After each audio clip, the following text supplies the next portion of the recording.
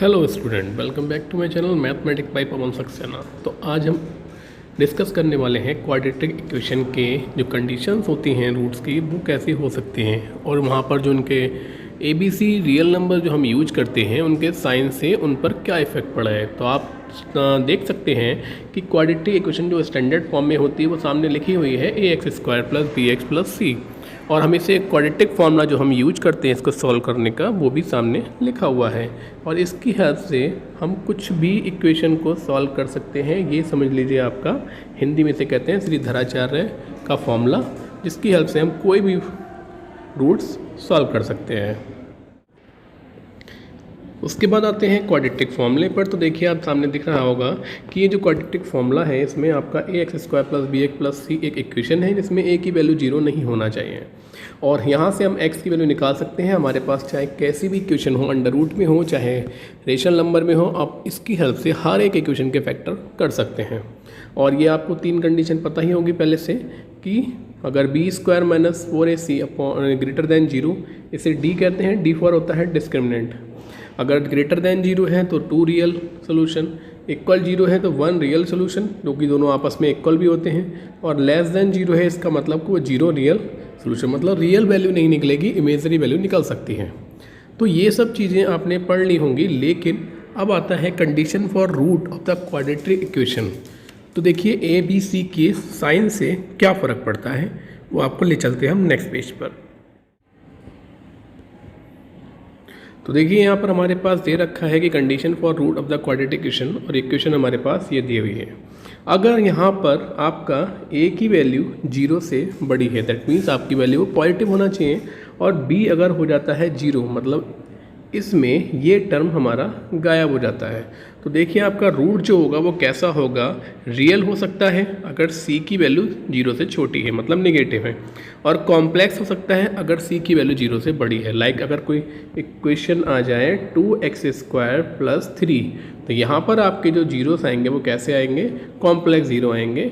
और इसके बाद जो सेकंड है, मैग्नीट्यूड में आपके वो इक्वल रहेंगे, लेकिन साइन कैसे रहेगा उसका अपोजिट।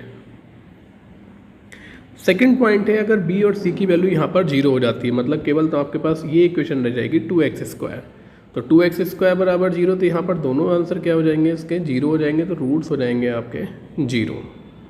अब अगर c की वैल्यू 0 हो जाती है, मीन्स 2x² + 3x रह जाता है।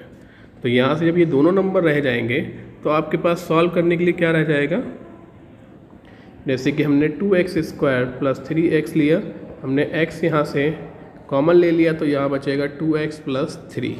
तो यहाँ से आपके पास जो वैल्यू बचेगी वो बनेगी, एक तो x की वैल्यू 0 हो जाएगी और एक x की वैल्यू हो जाएगी -3/2, जो कि यहाँ पर सामने आप देख सकते हैं।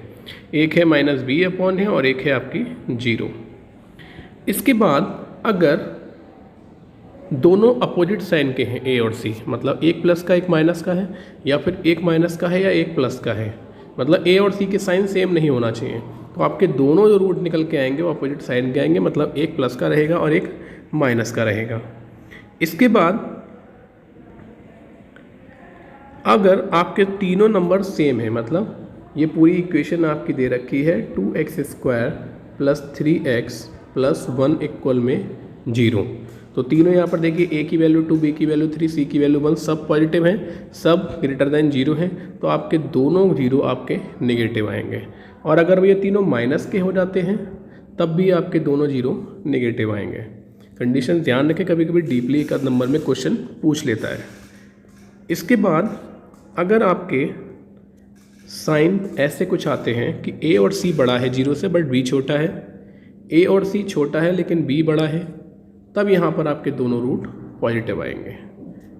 फिर इसके बाद अगर a c के बराबर है, मीन्स हमारे पास इक्वेशन आ जाएगी x² + 2x + 1। अब यहाँ पर a की वैल्यू 1, यहाँ पर c की वैल्यू 1, तो यहाँ पर जो रूट्स हो जाते हैं वो रेसिप्रोकल होते हैं एक इधर के, मतलब एक होगा 3 तो एक होगा 1/3। इसके अलावा अगर आपकी इक्वेशन ऐसी आती है कि उसमें a b c का सब 0 आ जाता है, तो वहाँ से उसका एक रूट उसका 1 रहेगा और दूसरा रूट जो होगा वो c/a होगा। इसमें क्या हो सकता है, जैसे कि अगर हमने ले लिया एक इक्वेशन 2x² - x - 1, ए की वैल्यू 2, बी की वैल्यू -1, सी की वैल्यू -1। ऐड करेंगे तो 0 आ जाएगा। तो इसका एक रूट जो होगा वो 1 होगा और दूसरा रूट होगा c/a, मतलब माइनस का 1/2। आप इसे बिना सॉल्व के भी फाइंड कर सकते हैं। तो कैसी लगी वीडियो ज़रूर बताएं आप। Thank you so much.